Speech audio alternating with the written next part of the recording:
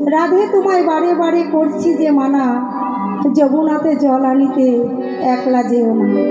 আমার কালা তো চতুর, সবাই জানেন যে একলা যদি যমুনাতে যায় কি অবস্থা হবে। তাই কি বলছে গানের ভাষা, ও রাধে তোমায় বারে বারে করছি যে মানা,